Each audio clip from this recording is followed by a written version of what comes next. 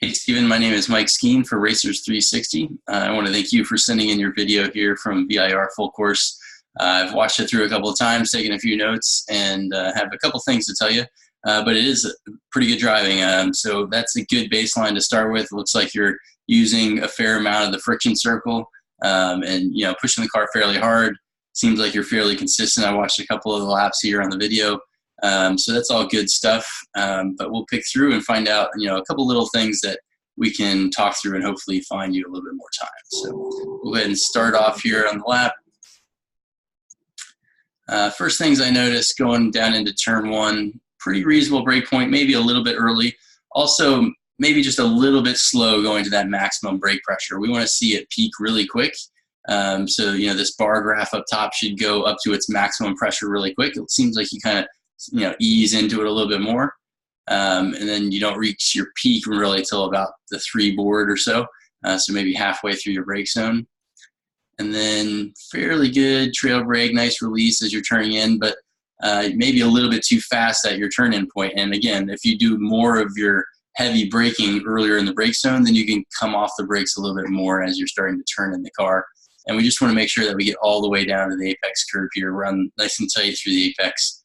Some of the laps you're a couple of feet off the apex curve here, as we are in this one here, your best lap. So just making sure that we get nice and tight over to the right side, all the way to the apex curve there through the middle.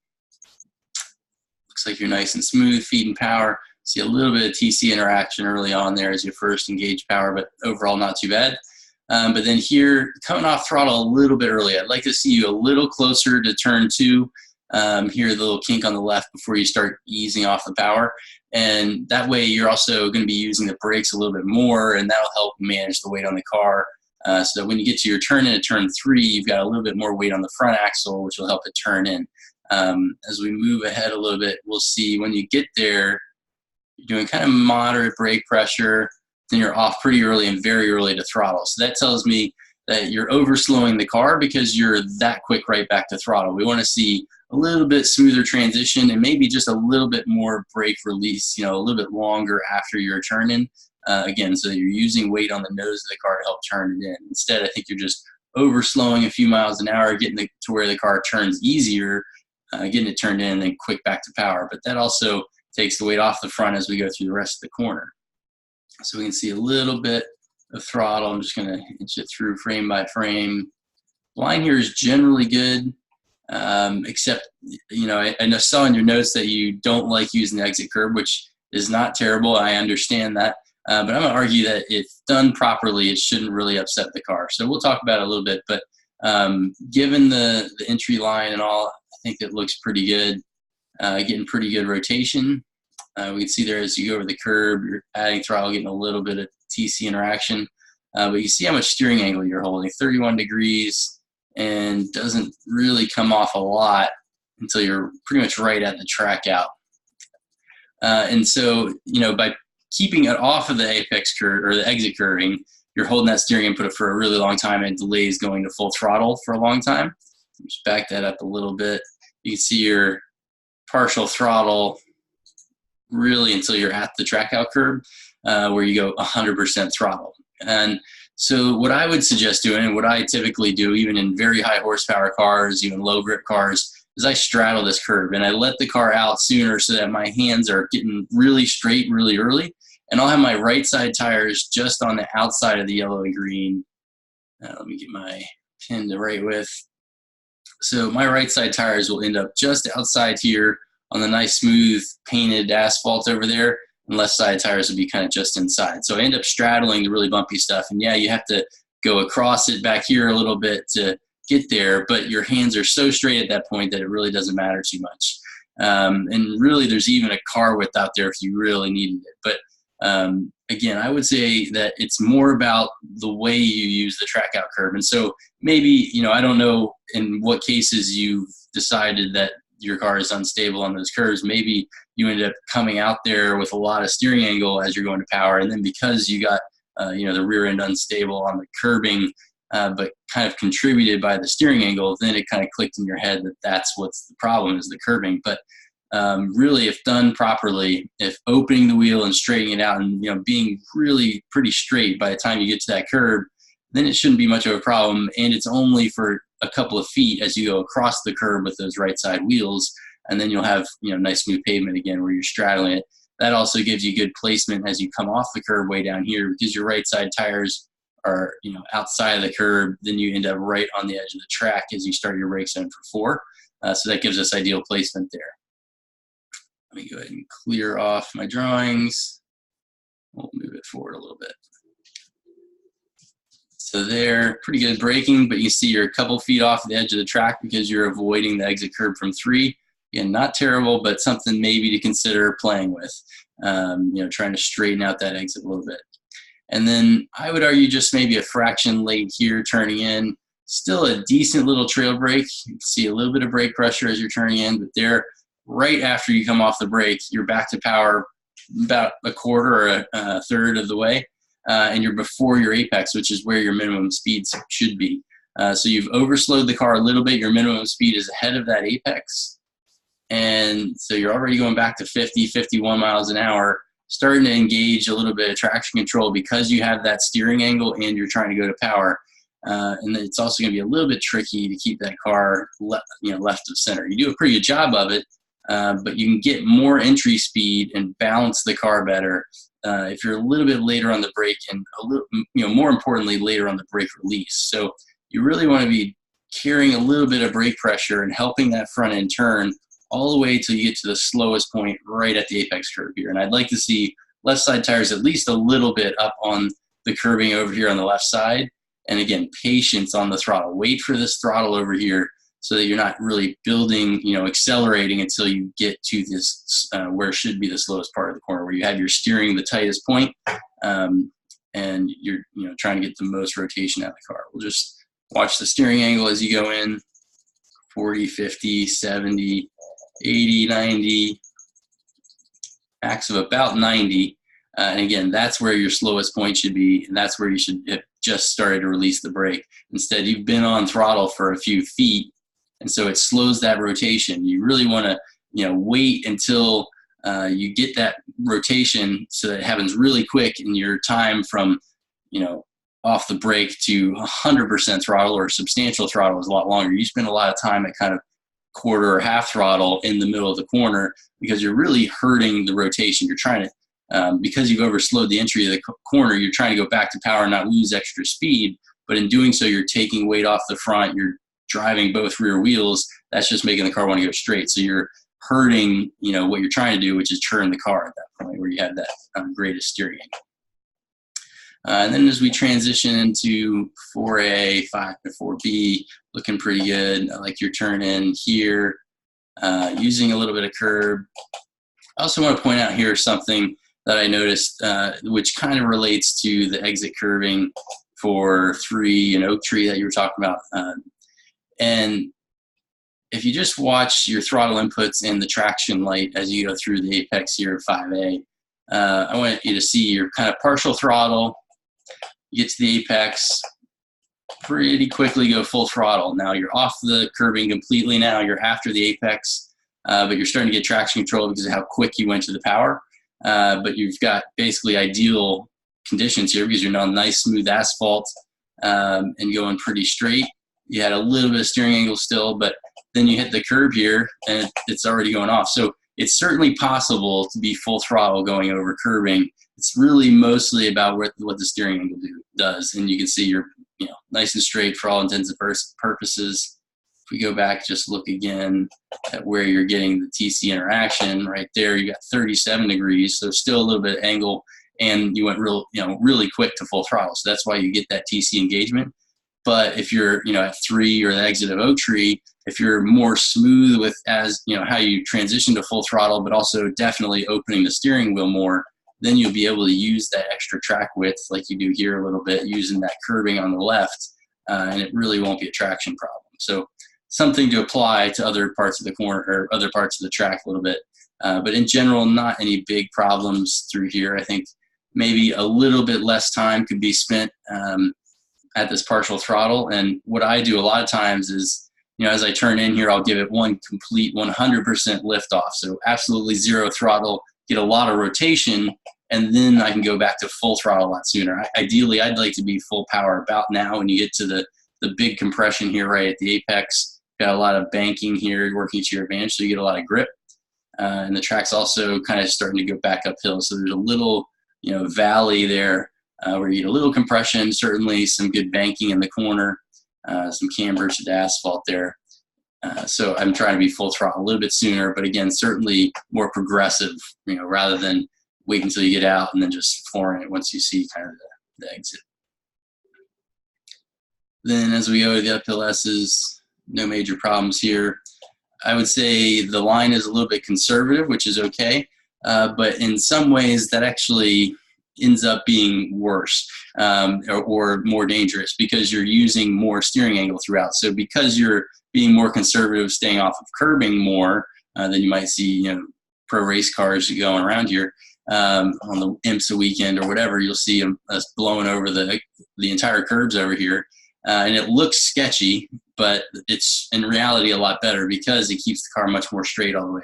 So through here, we're seeing 30, 40 degrees of steering angle. And that's right as you're, just barely before you're going over this crest here. So you're trying to turn the car a lot on the uphill, which is good. You get pretty straight going over the crest, which I like. I would say this is maybe a touch early on the left apex at turn 8 because I try to be all the way left by the end. You're pretty close there.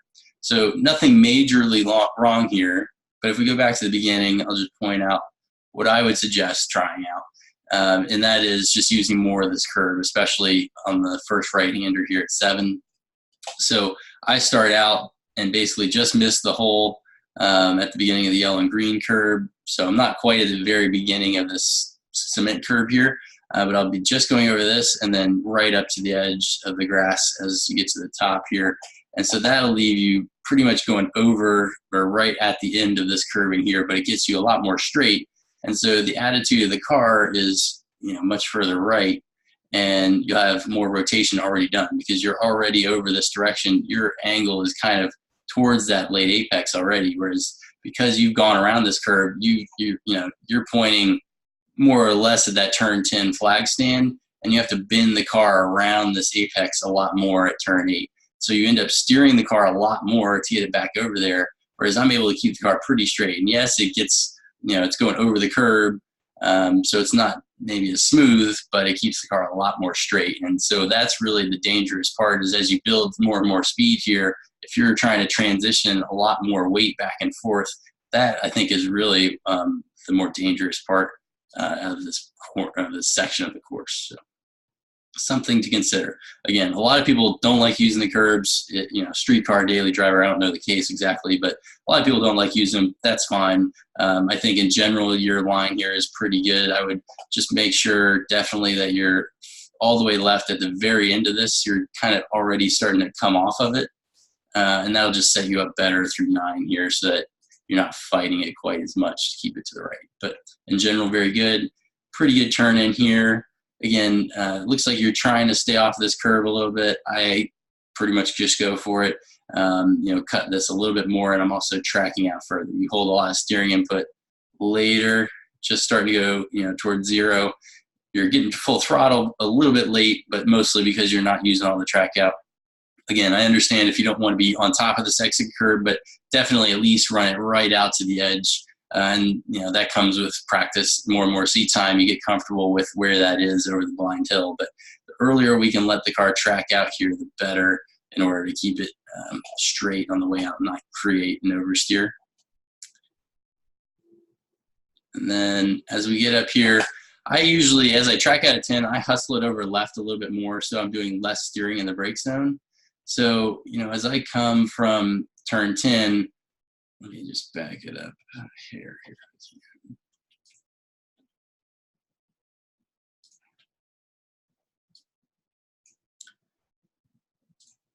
So as I come out of turn 10 here, I'll kind of make a very deliberate turn, maybe not quite that exaggerated, but I pretty much want to be left side of the road as I start my brake zone at that really big compression. So you've got 4, 3, and 2. the steepest part is between 3 and 2. You can kind of see where that little lump is there on the edge of the road. That's where it starts to flatten out a little bit. If you go out and walk the track, it's still very much uphill, but the biggest, most vertical part is right there before the 2 marker. So I'm usually doing, in most cars, kind of my initial brake hit right before that little peak there, so I get a really heavy stab initially. But that allows me to kind of draw a nice diagonal line all the way through, and so I keep the car as straight as possible all the way through 11. That lets me brake a little bit deeper. Whereas if you're coming from kind of middle of the road, you have to do more steering in the middle of the brake zone to get to that apex over 11. And so at this point, you have to use a lot more steering angle, and you're going to have to slow down more to do that. You're also going to have to release a little bit of brake pressure, whereas I can be at, probably 90% of capacity all the way down to this apex. But you can do kind of 2 stab. You get, 80 or 90%, then you have to let off to maybe 50 and then kind of bleed in. But I'm just trying to make that brake zone as deep as possible so that I keep the straightaway ahead of it as long as possible. Roll that off. All right, so with that little lane modification, I think you can be a little bit harder on the brake here, but certainly deeper, and braking a little bit harder as you go through that apex of 11, which will let the car all the way out to the left side. You start to turn it in just a little bit early, and I want you to watch. So here, start turning it in, and you come off the brake right there, and you can see, just looking at this black patch here, you got a good half of the car inside on that lighter gray area, whereas my typical line would be right side tires, kind of right on that edge there. And so, a good half car width over and a little bit later turn in for me. And then you start to go to just partial throttle immediately there, 20% or so, all the way to the apex. And keep watching our minimum speed up at the top. We got 48 miles an hour, and you'll end up there for quite a while. Kind of playing with 10, 20%, even slowing down a little bit there. We're past the apex now, 47, back to 48, 47. And really now, track out is where you start going for power. You start get a little bit of TC interaction. Again, I would argue that's because you have quite a bit of steering angle still, 66 degrees. I would say that might be lagging just a little behind because you're looking pretty straight, even 44%. So, and you're really not starting to accelerate over 50 miles an hour until you're quite close to, basically straight. And then the car will let you go straight. And now, maybe with a different driving mode, you'd be able to give it a little bit more power. I don't know, maybe it's sapping a little bit more than necessary. But the big thing here is you got a nice big long straightaway. We want to focus on getting turned in a little bit later so that you can get to full power sooner, rather than that partial throttle really early and then just holding 20% all the way to track out and then going 100%. We want to let the car track out all the way over left, be a little bit patient. You'll have to straighten the wheel for just a fraction of a second. And then you want your right side tires not to go over this black line. You basically, it's not a perfect arc, but you more or less want to follow this little black crooked line here. And that'll give you a nice late apex, so that once you get into this apex, nice late turn in, which will get you the apex much more straight, and you'll be able to go full throttle a lot sooner. So you'll be off throttle, and about here you'll start tipping into it, but then you should be able to go, half, 3/4, 100% throttle much sooner on the way out here, because you'll be much straighter. And again, I would still advise using a little bit more of the track out. You're really pinching this exit, doing a lot of steering rotation after the apex, which is not ideal. We want to be opening the steering radius all the way as we go from the apex out. And I'm just going to back that up a little bit. So we're about at the apex here, 115, 113. Really not giving back any steering until really close to the track out. And so even if you don't want to use the track out a lot, definitely drive left side tires right out to that line. You want to be right on the edge of the concrete at a minimum. But same as turn 3, I would say you can pretty easily straddle this curb, and it should give you pretty good power down still. So I would cross it with my left side tires, and my left sides would be here, and this would be my right sides, just a little on the asphalt. And so you'll end up straddling it all the way off, and it both opens the radius a lot more, and gets you back to power a lot sooner, and it gives you, good, nice, smooth pavement to put the tires on and get good traction. So I would say give it a try. You can still be, kind of cautious going to throttle, but the idea is that you're opening the wheel. You want to be straightening the wheel as soon as you can here, even if you only track it out just to the edge of the curb. The idea is for sure open the steering radius a lot sooner so that you can give it full throttle a lot sooner rather than that partial throttle really early. All right, and then rolling up through the gears, picking up a lot of speed up the back straightaway, which looks good. At the end, I would say maybe fractionally early on the brakes, although not bad really. Certainly a lot of the braking is going to get done on the uphill. So, you're 4.5 or so, call it 5 maybe on the brakes. And obviously very downhill here. And so really about the 2 or even just after that, you see it goes uphill quite quickly. So that's where the car is going to do a lot of braking. But obviously you're trying to bend it into that left-hander, so you're giving back a little bit. But you get a lot of traction on this uphill. I would try to compress the brakes down just a little bit more and also have that earlier initial hit. You see you're getting your peak brake pressure, about there, somewhere around the 2.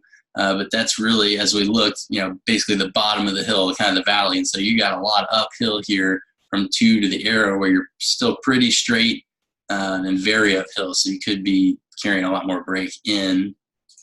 And then your line here looks pretty nice. But I would say probably overslowing it a little bit again because you're just early back to throttle and quite a bit of throttle. So we want to see a little bit smoother tail off where you're releasing brake pressure and kind of a little bit slower tipping in. But then, after you've kind of gotten the car rotated, then you can go to full power. But you go to half for quite a while. You have to back it off a little bit. And then that's where we start to really pick it up, once you're starting to see straight. So we don't want to pick it up so early because that reduces the rotation we get in the middle. Let the car roll a little bit if it needs to. Really let it turn. And once you get your eyes through the corner, all right, this car has turned enough. Now I'm going to see the exit where I want it to. Then you can start picking it up and reaching full throttle a lot sooner.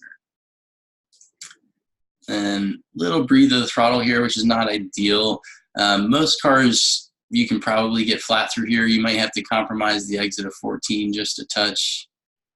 So maybe just holding right a little bit longer here. So right side tire is kind of closer to this square, not quite that far over probably, but just going over this light patch a little bit might get you over far enough, So just behind the RPM band there, trying to get the right side tires just onto this light colored asphalt a little bit. So if you kind of just nick that corner a couple feet over, right, then that gives you a much straighter angle coming down here towards 15. You get a nice big compression right here where you can see it's been downhill, then it starts going uphill. So you get a ton of grip right in that section right at the apex, and you can straighten it up with left side tires on the curb a bit more. But instead, with the angle you're coming at kind of from over here, you end up doing a lot more turning, which, obviously, if you're going to be doing a lot of turning, it's best to do it where you get the grip from the compression, which is good, but we don't want to back out. We want to make the straightaway start up here, continue all the way down through 15. All right, so nothing major there. You probably also let it track out just a little bit. Don't hold this black line quite as long. Go ahead and look up. You want the car going out towards the exit curb, kind of where this black patch starts, a little bit sooner. And then be a little bit more patient on the turn in here. You're starting to creep in. I always tell people to look for the end of this painted curb before you start turning in any. You've already got 10 degrees of steering angle, which is not a lot, but you're just starting to creep it in there a little bit. And we're completely off pedals already. I want to be a little bit later coming off throttle and then braking hard over this left-hander, trying to keep it as straight as possible, which you're doing a pretty good job of, holding it towards the end of the curb. Then you've got a lot of just waiting here where you're off pedals, waiting, and then you tip into throttle at the bottom. Nothing really major here, although where your placement is here, kind of middle of the road, tells me that there's more speed as you come down through the compression of 17. Just the momentum of the car should carry it a little bit further out over here. You're not going to be right on the edge of the curb here as you come down, but you want to be within a couple feet of it, and you're keeping the car, pretty much lined up center of the track. The momentum of the car should just open that radius up and carry it out to, roughly here, 2/3 of the way out or so. Back that up, play that through a little bit again. So as you're coming to this apex, a little bit more speed from the top of the hill, a little bit later braking into 16, that'll carry that speed down here to the bottom. That'll make the car want to track out a little further left, just a couple frames. And then look for, you can see where it's really black here to the left side, and then inside here to the gray. You kind of want left side tires to be right on that edge, more or less, whereas you kind of come off kind of center of the car over here a little bit more. So just a couple feet over left, that'll let you carry more speed down the hill. And then I think you're pretty good through the track out here. Just make sure it opens all the way up, track right out to the edge of the curb. But overall, like I said, you know, really good lap. We're kind of nitpicking here on little things, but a lot of little stuff will add up.